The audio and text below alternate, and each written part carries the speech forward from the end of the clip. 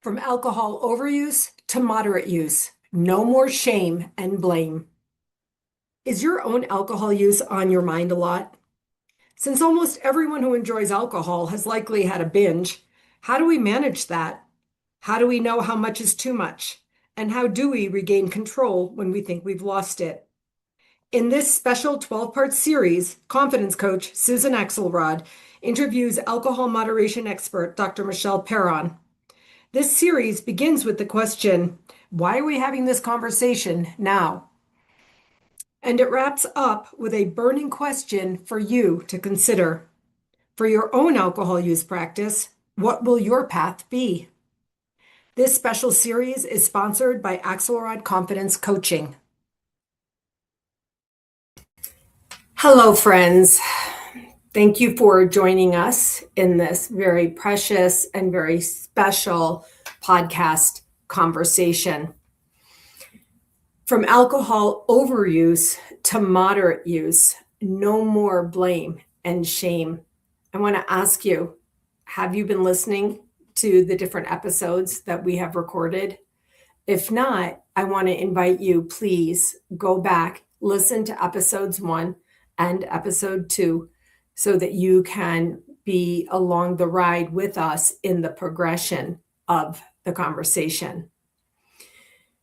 There's so many pieces. I myself have been listening to both episodes. We're recording this weekly, and there's so many bits and pieces that have come up for me that I think to myself, oh, I want to say that in the introduction. I want to say that in the introduction.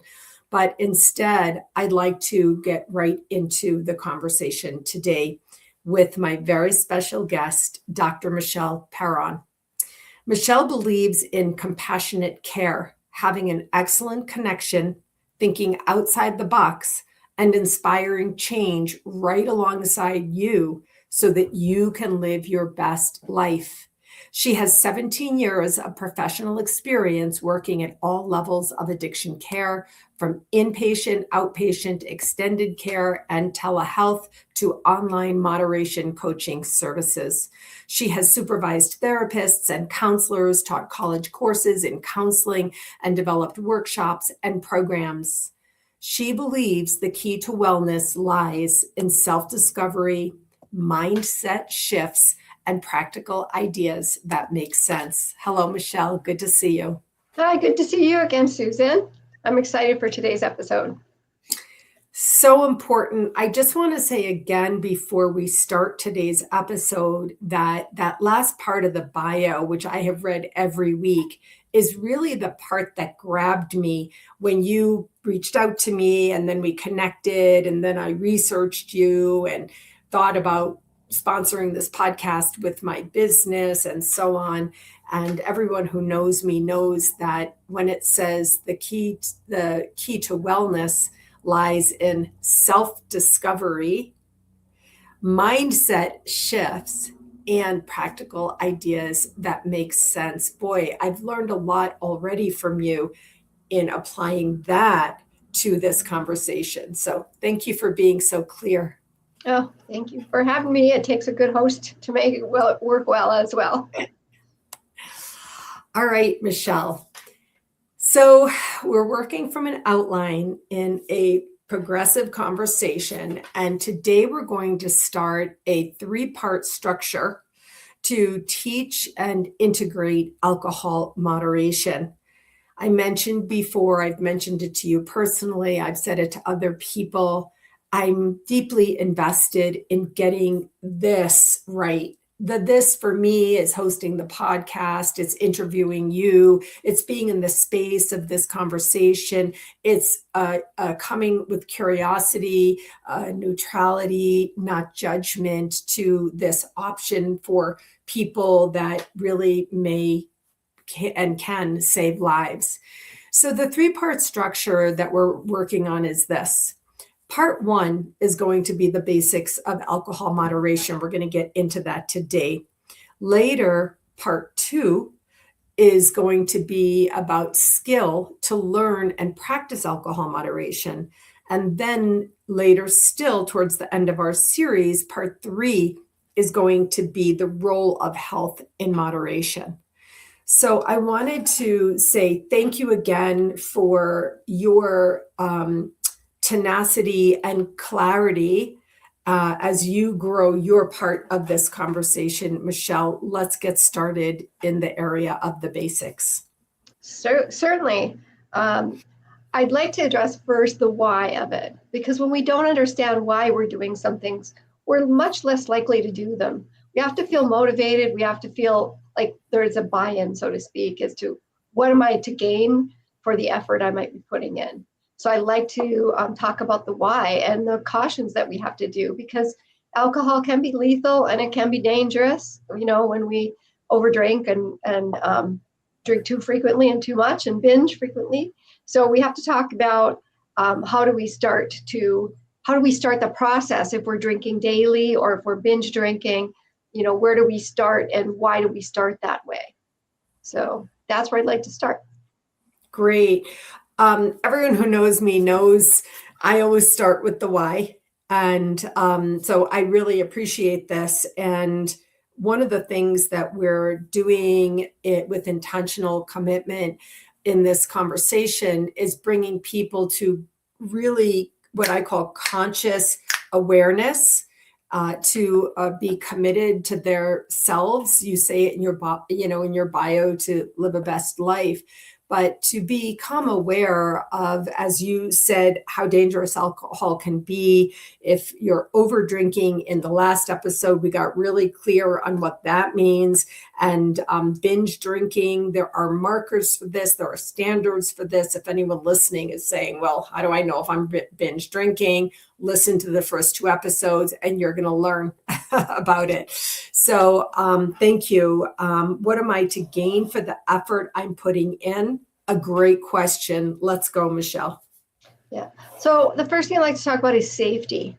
Safety is imperative because alcohol, if you're drinking high volumes frequently, if you stop abruptly, you can have a seizure that can be fatal. So first and foremost, this is not an abstinence-based strategy. This is a slowly step down at your pace kind of strategy. And when people try to do that alone, it becomes like, I've tried that many times, it hasn't worked for me, right? So the difference is getting help, getting a coach and getting someone to work along with you.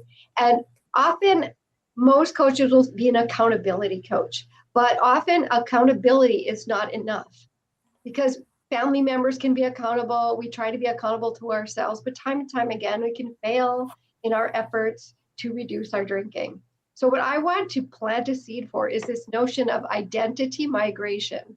By the time you get to a place where alcohol doesn't really matter and you can take it or leave it, and you're drinking, low frequency and low volume, you're going to have a different identity. We're actually going to move you from who you are as a heavy drinker to who you are going to be and who you want to embody as a low frequency, low volume, occasional drinker. It's that much of a shift. Okay. After one of our episodes, you said to me, I like it when you pause us to allow things to really integrate and sink in. Wow. Identity migration from who you were, who you saw yourself as, how you saw yourself, how you felt about yourself, your identity, migrating to who you want to be, who you could be, who you wish you were.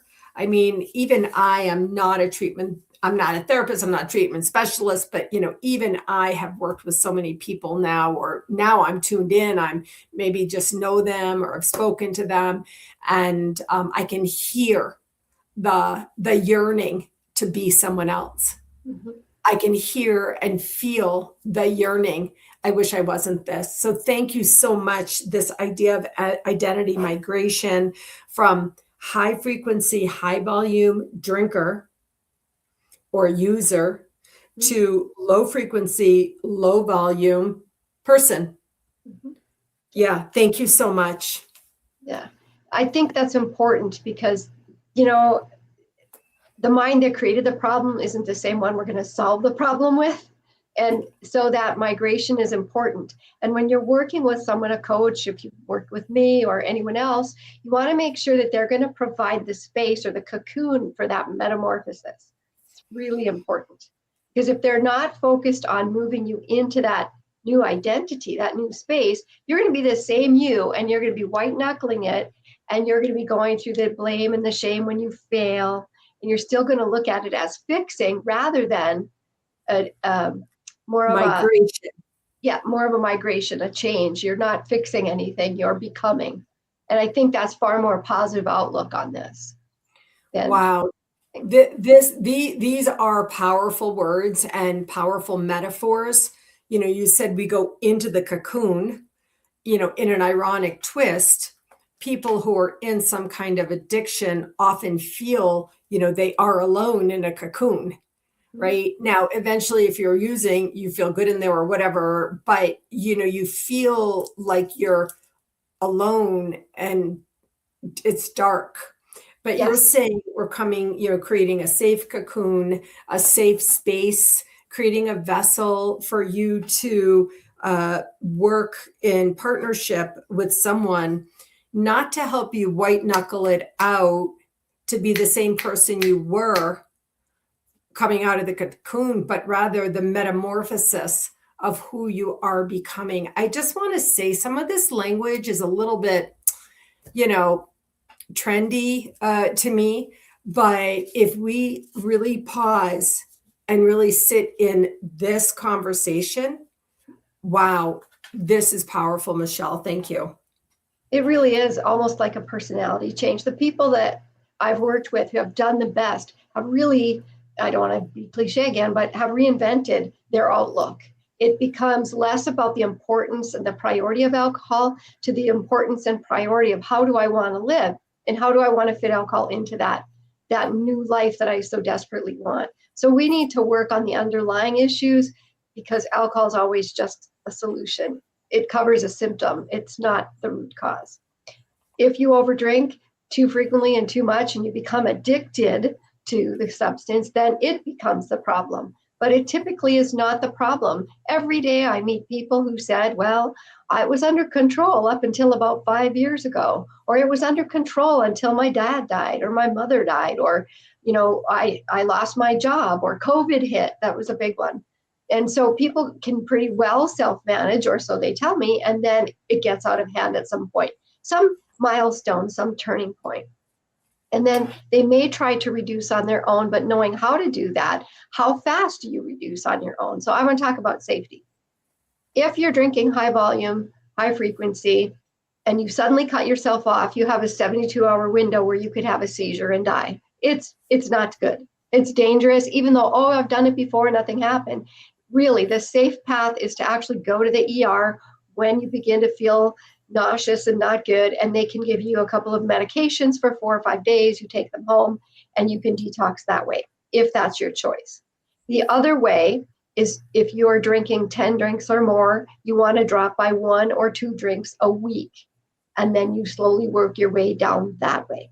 And the idea is to tell yourself, not that I can't drink today, I'm white knuckling it, but today I get to have. So I'm never limiting my drinking. The idea is that I set a goal, because the brain will push against a limit, but it will strive towards a goal. What you've done here that's interesting, Michelle, is you just made an analogy to the way we step down off, I think they're called SSRIs, the anxiety or depression medication that we take, and which I know because I was on them for 7 years. And then I went in and I told my doctor I wanted to get off them. Then you have to have a plan. Yes. You have a step down plan, because if you, and I mean, further, I just realized I did go cold turkey myself once. I thought, I'm just going to get off these. And it did not go well for me. Not at all. I had a freak out. I had I became enraged. I was yelling and things like that. And then later, when I went in partnership with someone who knew, there was this step down. And that's exactly literally what you just talked about. So a lot of people do understand the step down with the use of medication. And basically, people are self-medicating with alcohol, and you've just helped us to understand that there's a step-down process. 10 drinks or more a week. Now in our conversations, I'm saying, a day. oh, you said a day. Oh, wow. Okay, I just did it again. I did that before. 10 drinks or more a day. Then you drop by 1 to 2 drinks a day by A week. saying, So it's a week, so that you're not stepping down too terribly quickly. Because what happens with, 2 years, a year, 8 months, 5 years, whatever it is that you've been drinking every day or frequently and binging, you're depleting your brain neurotransmitters. And when you stop putting in the thing that has been changing your brain function, i.e. alcohol, all of a sudden it's like pulling the rug out from under you, and there you are left with depleted neurotransmitters that cannot regulate your brain function. So you will get irritable with the lack of serotonin. You will get fatigued and groggy if you don't have enough dopamine. You won't have a sense of well-being if your GABA is depleted. And if your endorphins are gone, you're going to cry and you're going to be upset and you're going to have bone and body pain as well. So when you deplete those things through alcohol, stress, and many other life events, right? If you suddenly cut off the alcohol, the thing that's been behaving like a medication, that's why you're going to have those mental health issues and those body pains and so forth. That's why the gradual reduction in drinking is the best course. Wow. So to bring back something we talked about in the last 2 episodes, it bears repeating. Someone like me might say 10 drinks a day. That's crazy. Who drinks 10 drinks a day? That's more than, a 6-pack of beer. But the reminder is 10 drinks equals a certain number of ounces. And people might use, 1 pour might be 3 drinks. Yeah. And so, 3 glasses that you use, and that may be 3 quote drinks a day. And all you have is 3 of those. Right. Already you're at 9 drinks a day. I like to say 10 drinks a day is about 2 bottles of wine, a 750 milliliter bottle of wine. That's 2 bottles of wine per day. But I've met clients who drink far more than that. And I want to tell you a story about one client briefly.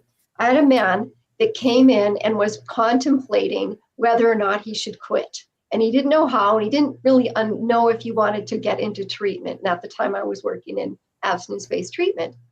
And so they put him through the phone chain to me so I could talk to the man, because he couldn't make up his mind. And so he told me he was drinking a handle of vodka every 3 days.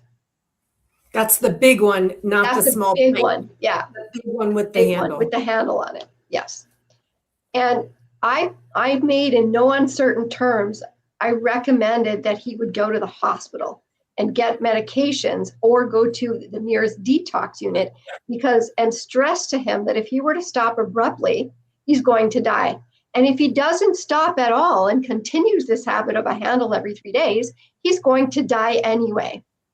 So he had a choice to make, and I kind of made it very attractive to get the supervision he needed rather than, and he was contemplating, well, I'll just keep drinking like this because it's okay. I feel okay. And you're not going to feel okay for much longer because this is lethal levels of drinking. But I've met people who are drinking that much. I had a 35-year-old woman who was drinking in excess of 200 drinks a week, which meant she drank all day, every day. She was drunk at work. She was drunk at home. She was drunk out with friends every weekend, all weekend, sun up to sundown. And so some people are drinking really much more heavily. And when they come to admit that, they often haven't told a single soul in their life how much they're drinking. So as a counselor, as a previously a therapist, but now a coach, I hear those secrets, and I hear how and I always say, how bad has it gotten for you at your peak? And they will tell me numbers that I have heard before, unfortunately, but when I don't react and I go, okay, yeah. So they may say, like 4 or 5 a day, and then I'll add it up and I'll say, so between 20 or 30 and 50 drinks a week or so. And they go, yeah, that's about it. I always add a bit, and I have never had someone disagree with me. So I know people are drinking high volumes because that's the nature of alcohol. I have a friend who's a primary care doctor, and I remember, I will never forget, many years ago now, he said to me, "Sue, people lie to me and I'm their doctor." And I've heard other and he said, "I've even told them, why are you lying to me? I'm your doctor." But he knows they're lying because he knows the markers of which you're speaking. I wrote down the person who called to think about the idea possibly of treatment was drinking a handle of vodka every 3 days, I think you said. I wrote down the words, choose life. Yes. Because you said to him, you'll die if you suddenly stop because of this thing with the brain neurotransmitters and depleting and all that you just talked about. And then you said, you'll die if you continue. And so I wrote down the words, choose life ?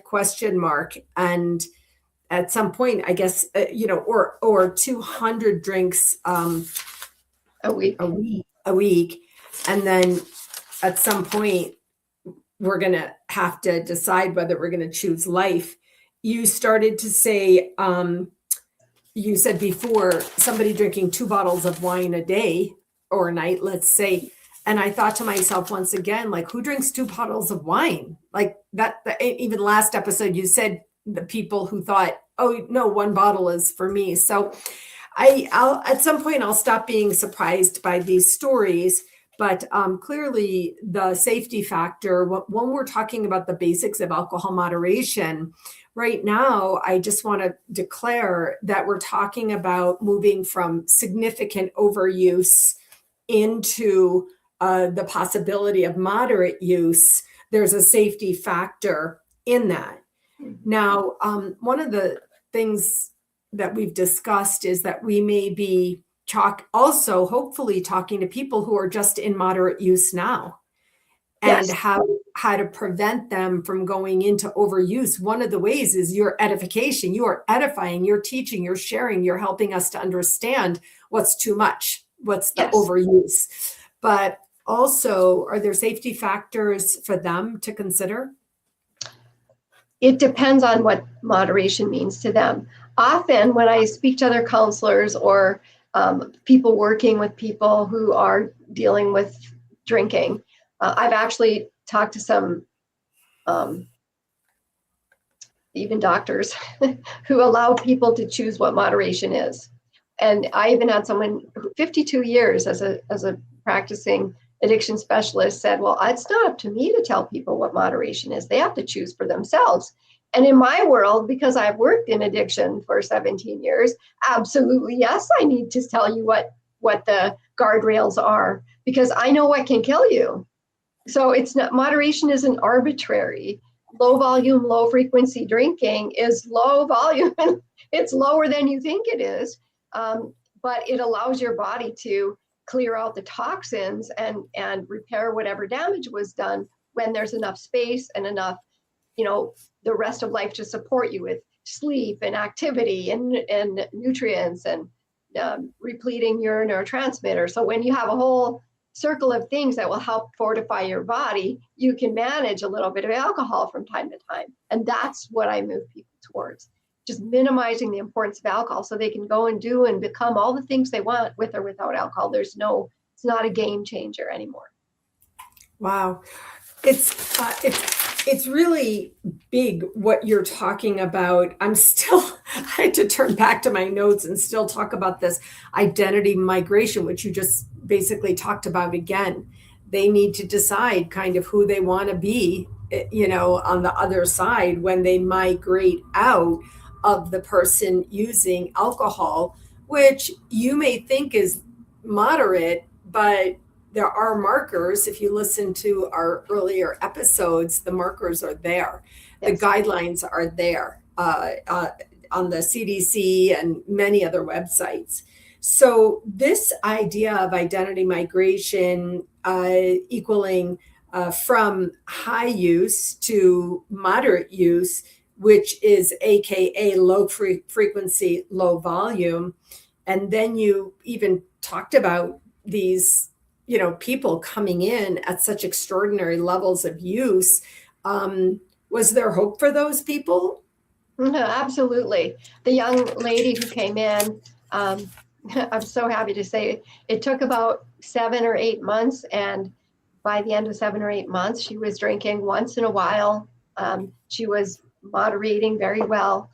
She had a medication she could take, the Sinclair method that we'll get into as we do the series. She would take that an hour before she would drink, and she would drink 2 or 3, maybe 2 or 3. It was no longer the first thing she thought of when she went out, because she had an active social life, and she just changed the whole thing. And in so doing, she also addressed the conflict with her family of origin, her mother and father, her brother, going to the family home for Thanksgiving, and began to embrace her culture and embrace her family and repair the bridges and get clear on her part in her history and their parents' part. And she really grew as an adult, and she just was absolutely lovely. Like, she blossomed. Literally, we watched her blossom.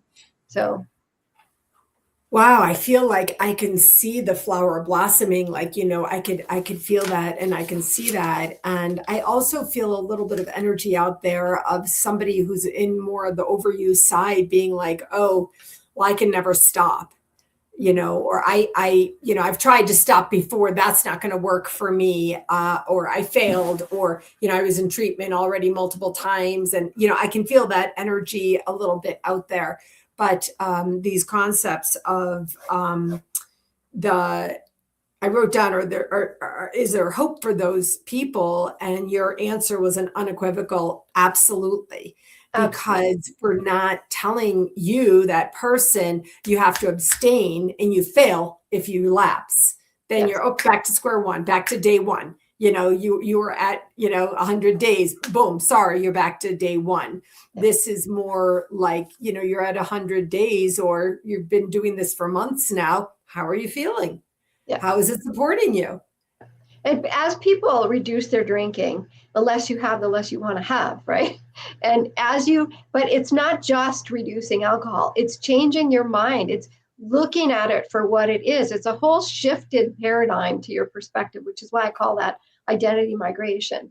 All of my clients on the other side of their weaning off and reducing its importance in their life, all of them unequivocally are very different people. I had a lady, I just received a package yesterday, because she started out with me in a group process where she would hold her head and kind of talk, and it would kind of roll around. And I knew she had been drinking, but she was showing up, which was really good. And then over time, that started to improve and improve and improve and improve. And before you know it, she was showing up for work, and she was a supervisor. And then she decided she'd like to have the job she had in college working in a chocolate shop. So she solicited her friend from college whose family owned chocolate shops. And she opened her own chocolate shop in her town. And she's had it for two years now. It's thriving. It's doing wonderful things. And she kept her side job, kept her main job so that she could retire to the chocolate shop at some point. And it's like a dream come true. She was going to bed at 7 p.m. because she had had a bottle of wine in her by then. She was not eating very much. She had 2 young girls. Over the course of her recovery, she still drinks on occasion, and she's a low volume drinker. Maybe once every 2 weeks, she's even gone on vacation and not had anything because she didn't feel like it, which I love to hear that. But she was able to repair the relationship with her daughters and go prom dress shopping with her eldest one, and then sit on the bed and read stories to her youngest one. Like, she became the mom she wanted to be. And her children now always text her how much they love her and how much they appreciate her. And she's so just blissfully happy with her children. And she's able to work on all her relationships in her life and set boundaries with family, because family used to come over and party on the deck and all that sort of thing in the summertime. And she was able to start changing that around, and then having sort of a non-alcoholic beverage tasters, because there's a lot out there, and then engage some of her cousins with that so that they would say, oh, this is cool. And they'd try the NA margaritas or the beer or whatever. And so it became a whole different dynamic, and she's thriving. She looks fantastic.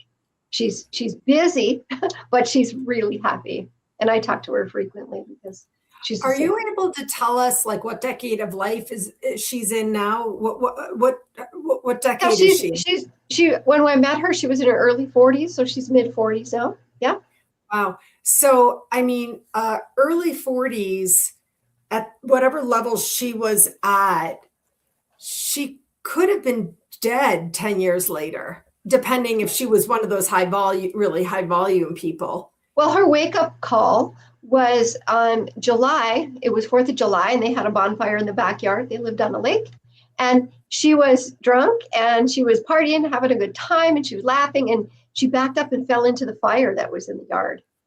And so they pulled her out and put her out, and she didn't get injured, but it scared the heck out of her. And she said, I've got to do something about this.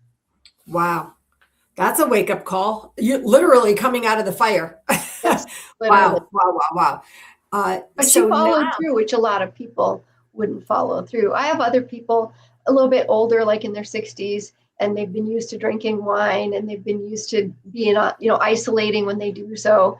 And then in the 60s, more people have blackouts. They don't remember what happened, and they could wake up with bruising or a lump on their head or not remember. And the spouse might remember, which creates a lot of conflict in the family. Like, don't you remember what happened last night? You fell down the stairs. Like, I almost called 911. And they're like, I've got a bump on my head, but I don't remember anything like that.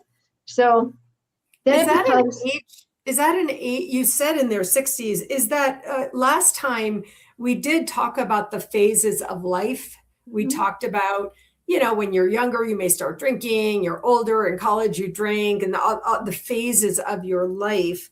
This is that a thing that happens when you're older, or you said blackouts happen when you're older? Blackouts happen, I would say, more frequently with my clients when they're high volume drinkers when they get older, 50s and 60s and 70s. However, blackouts can start in your teens or 20s. Like, some people are just blackout drinkers. It's based on physiology. And then later on, the physiology is more age dependent, because as we grow older, our organs actually start wearing out. They aren't as efficient at doing the things that they did for us when we were 20. So we have to be mindful of that, especially as blood volume goes down in your 50s and 60s. A little bit of wine goes a lot farther and takes longer often for your liver to process out. So you have to slow down by virtue of your age. You're not also most of us aren't running marathons. Some of us are still running marathons in our 60s, but not everyone, right? And certainly in their 70s, it's a rare person who's still running a marathon, but in supplementing and staying young with all the newest, latest, greatest supplements. So you just brought it up. As I said, I've been listening to our first 2 episodes. I'll be doing this for the whole series. And you brought up something in the last episode. I said, wow, this is really an interesting lens to use. It was very meaningful to me. And here it just came up. And that is, how much can my liver process? How much alcohol can my liver process? So there's different ways, different lenses, different views, different things that people might, hear, and they might catch their interest or attention. This thing with migration identity and so on and so forth. But this is another one I really do know people are going to tune in. And you just said, as you get older, you said your blood, it takes longer for your liver to process. Is that what you just said? Yes, because the wear and tear, the exposure to other toxins in our environment, whether it's in the air, the water, the food, the glyphosates on the field, all those sorts of things. So your body's constantly working, even the plastics that we've been exposed to. We've been in the plastic era since it was invented in the early 1900s. And so we're now finding out, like, the residual of that great idea of putting plastic on it in everything and with everything, right? It's not so good. And that's in your liver too. Those microplastics are in your liver, making it harder for it to do its job. Yeah. I recently heard that we eat half of a credit card in plastic every week. It's like, I'm familiar. Yeah, I don't want to eat half a credit card in plastic. I don't. It's not good. Microplastics. Yeah. But in this case, in our conversation, what that environmental situation is doing, it compounds the work that your liver needs to do, and over time, you become less efficient through age and exposure. So your 20-year-old liver, can flush this stuff out really quick, and then you're going to drink a bunch of water, and you might, go for a run with your buddies or your friends, or go to the gym and sweat a little bit, and ooh, I'm good to go, right? And that can go on. And there's that cruising level. A lot of people get indoctrinated into drinking in their teens and 20s, and they think, I'm just going to feel the same forever. But I know, even in drug use, that when people hit 35, they start to say, something's different. And they get to their 40s and they're still partying like they're in college, but they're 25 years older than they were when they were in college. And so that makes a very big difference. And so we have to adjust for that, which is, as we age, there are a lot of things we need to do to be healthy that we couldn't do when we were 20 and had a 20-year-old liver. So that's why you have to, and that's called aging gracefully, right? We take care of our hair, we take care of our skin. I do all those things to try and look younger and feel better and eat well. And that's alcohol consumption, and it's moderate and purposeful use is definitely part of that strategy. I mean, that brings up the challenge from last week, which I did want to just touch on, to say, what is a good reason to drink alcohol? I thought that was a genius. Each week you're going to give us a new challenge. I thought that was a genius challenge. And again, I watched the episode and I'm like, I asked you, what do you mean? What do you mean? What's a good reason to drink alcohol? And then we talked about it, and I began to become more aware. Maybe just being at dinner with your friends isn't actually a good reason to be drinking alcohol just from rote habit. Yes. But rather, when your friend has their baby, and then you're going, and now we're toasting, thank God the baby came out healthy and well and all the things, and now it's a celebration.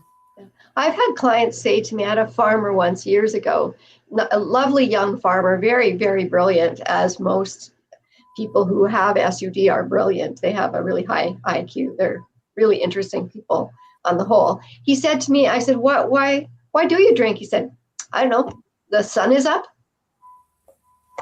I woke up and I breathed. That's the answer I got. I woke up. SUD, and you meant substance use disorder, right? Yes. Yeah. Sorry. Yeah. And you said that many people who have substance use disorder or alcohol use disorder are brilliant, which could indicate, now I'm drinking from boredom. The sun is up. If I'm brilliant, we know this with kids. Then I'm bored, and and then my friends in high school are drinking, so I had a drink, or something like this. And a brilliant mind loves the altered state. It's interesting, and so that's the other thing for people who are high IQ. They get bored easily, and altered states, regardless of what drug it is or alcohol, is very entertaining. And so rather than dealing with the free time problem and allowing yourself to deep dive into the next hobby that you might be interested in, right? And then being okay with, I'm going to do this for 2 years. I'm going to eat, breathe, and live it. And then I'm going to not do that anymore. And I'm going to go do something else. You have to kind of allow yourself to change, where we have this preconceived notion that if we have a hobby, that should be our hobby, and we can't change it. We can't lose interest in it and hop to something else. I know many, many people who change hobbies by virtue of the work that I do, or change things they're interested in. Maybe they'll do ballroom dancing and take that to some competition, and then they'll win a little ribbon or something for best couple in the county or the city or whatever. And then I'm good. They don't turn it into career. They just make it as hard. There's no question that we know that neuroplasticity is grown and supported and improved by doing new things. And we're seeing so many older people starting new things. The woman across the street from me is 70 years old. She took up accordion. She took up accordion. She's a little woman. She took up a big accordion, and she's studying languages. And there's no question that new hobbies are definitely the way to go to, really help the synergy of that migration into the new identity. But it takes energy to to go and look. It takes energy even to surf the internet and say, what would I even like to do, right? And a lot of people, the default is alcohol because they don't want to make the effort. And so I need to change that mindset. I need to migrate that identity to somebody who values themselves enough to spend a little bit of time figuring themselves out, figuring out what they love to do, what lights them up, what makes their heart sing. And that's part of the identity migration, is what makes your heart sing. And why aren't you doing that? How can we get you to be doing that instead? And then we walk through and visualize, how would it feel to be that? And that's where that embodiment of your future self comes in. Like, if you had that, how would you carry yourself? How would you feel? Which goes into like general coaching principles, right? So that's really important. But I'll tell you, the majority of treatment today is not positive psychology like coaching. It's very much what came before is, this is the way we've always done it, so this is how we have to keep doing it. And that's where we get that impossible goal with the punitive results. If I fail, that shame, blame, guilt, I got to start over, I'm a failure, something's wrong with me, I'm genetically predisposed, all that crap, excuse me. We can overcome all of those if we shift our mind about what this actually is and how much power I do actually have. And that's this is so good. Of course, my fourth book is titled Dear Future Self. And I have nothing to do with alcohol, but I'm very much in the thesis. I use it with all of my clients. And so it's so good. I love that. We're going to have to bring it to a close, but I love the progression of this conversation. I love us talking about safety first. Connected to your own alcohol use. I love us bringing to awareness that you may be using, and it may be more than you realize, and however much you are using may have negative ramifications that you may not realize, and now you can realize it. So why don't we get to this week's challenge? Okay, this week's challenge, what I'd like you to do up front, so you can prove it to yourself, is to keep a sleep journal, to track how much you sleep every night. And if you awaken earlier than you intend, or if you're like that chronic 3 o'clock in the morning wake up person, a lot of people wake up at 3 or 4 in the morning when they're drinking the evening before. And so I want you to check that for a week till we have our next episode. Follow that, because what we're trying to get to the goal of sleeping between 7 and 8 hours, typically if you're 40s, 50s, 60s, that's a good goal. If you're younger, you want to sleep more. If you're more physically active, you want to sleep more. If you have any ongoing other conditions that need rest for, you'd want to sleep a little bit more. But on the average, you want to sleep between 7 and 8 hours. 7.5 hours is typically what I get in a night. And I feel rested and functional the next day. So that's what we want to go. And there are many things we can do that are natural solutions to waking up early in the morning or before you intend. So I'm a 7-hour sleeper to the point that one time I was on the road and traveling across country, and I got to a hotel early, and I was like, oh, what am I going to do? Stay up till 10 or 11 so I can sleep my 7 hours. And I just said, I sleep 7 hours. I'll go to bed now. It was maybe 7:30 or 8 p.m. And in 7 hours, I'll get up and get back on the road. Boom, 7 hours. I was up and out. So I didn't know this was a thing, that drinkers often wake up at 3 or 4 p.m. or, often in quotation marks, maybe. That must be a processing thing, or? Yes. What happens is at that point, the volume of alcohol in the blood will drop below the threshold, and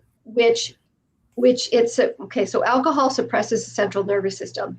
And once it gets metabolized out to your threshold level, your body, to maintain homeostasis, has been producing its stabilizing amount of epinephrine.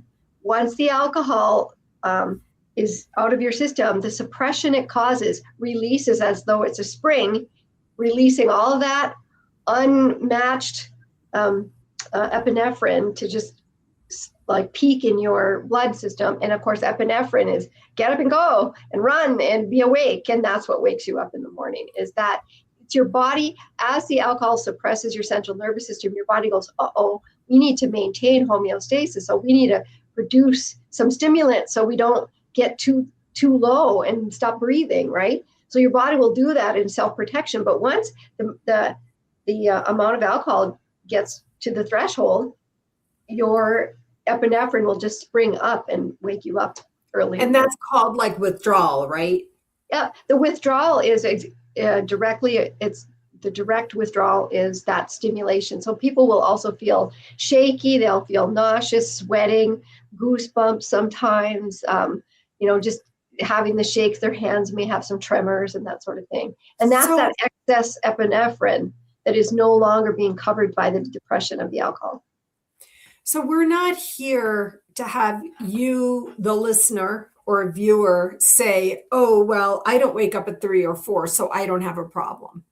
Right. That's not what we're doing here. We're here to edify that if you are, perhaps even through this very podcast series, beginning to tune in to your own alcohol use, the levels, as Michelle, you've taught us, frequency and volume, and you become aware of how much I call it using, AKA drinking. And then you realize just now through this conversation and this challenge, what do you mean? I thought everyone woke up, at my age. I thought everyone woke up at 3 or 4. Oh, I just have to go to the bathroom. Well, it's possible there may be correlations here. We're not here to diagnose anything. We're here to have a conversation to edify, enlighten, inform, and encourage you. Basically, Michelle, am I right in saying to tune in to your own conscious existence? Yes, absolutely. Tune in. This is about really spending the time to get to know yourself, what's going on under the alcohol, what's really going on. So as we first look to the body's health and wellness, right? We start with me, myself, and I. So myself is my body, and me is my mind, and I is that silent observer. So we start with the physical because it's the easiest to make tangible. Wow, that was another construct. Me is my mind, myself is my body, and then the I is the silent observer. Wow, this is really good, but we hit it right at the end. So I'm going to bring us to a close here. I want to invite our listeners and viewers to go ahead and listen to this all the way through. And then when you have a chance, maybe commit to listening to it again with a pen and paper. This information is important. It's honestly a lot, my friends, and I get it. I do understand that. And it may or may not be about you. It may be about someone you know. We're not in charge of them. But the more we know, the more informed we can be, the more we can support others as well. So next time, we're going to continue with this part 1 structure of the basics. And Michelle, I want to say thank you so much, as always. How do people find you, Michelle?